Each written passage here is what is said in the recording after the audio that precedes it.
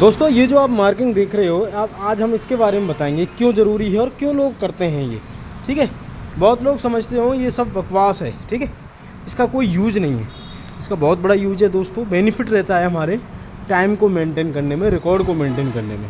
अब जैसे बहुत बड़ी साइट है सपोज़, तो उस पर अगर ये डेट नहीं डालोगे आप कॉलम में, इसमें क्या होता है ना, पार्ट में ही कॉलम डलते हैं, पार्ट में ही स्लैब डलती है।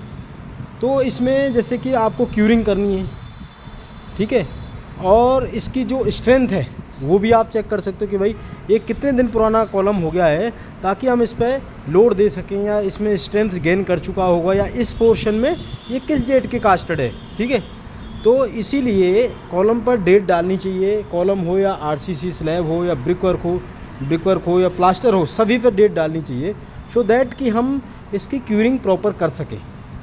ठीक है, मिनिमम क्यूरिंग डेज जैसे 7 डेज है तो 7 डेज करनी है, मैक्सिमम 15 दिन है। ठीक है, 15 दिन तक तो आपको करनी ही करनी है क्यूरिंग। ठीक है, अब जैसे ही कॉलम का नाम भी दे दिया इस पर, और 27/7/2024 में ये कास्ट हुआ है।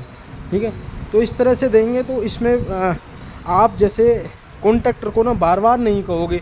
कॉन्ट्रैक्टर क्या होता है ना, बहाना दे देता है, नहीं साहब इसको तो 10 दिन हो गए, 15 दिन हो गए इस कॉलम को कास्ट किए हुए, तो फिर वो क्यूरिंग रोक देता है अपने मन से।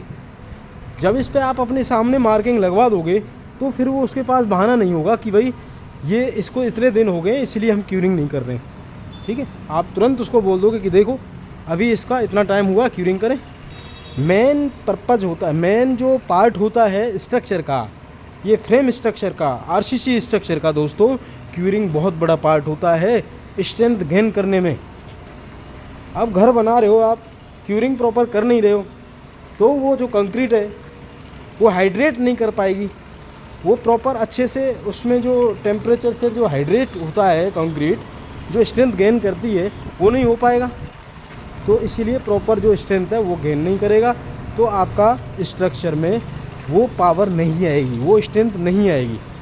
इसीलिए आप चाहे प्लास्टर कर रहे हों, देखिए जैसे कि हमने प्लास्टर पे भी डेट डाल रखी है, 24/11/24 को ये प्लास्टर हुआ है। ठीक है, चाहे प्लास्टर कर रहे हो, ब्रिकवर्क कर, सभी में जो डेट मेंशन करें और प्रॉपर अपना जो है आप उस चीज़ को ट्रैक कर सकते हो। ठीक है, तो ये था आज की वीडियो में दोस्तों। Thanks for watching this video.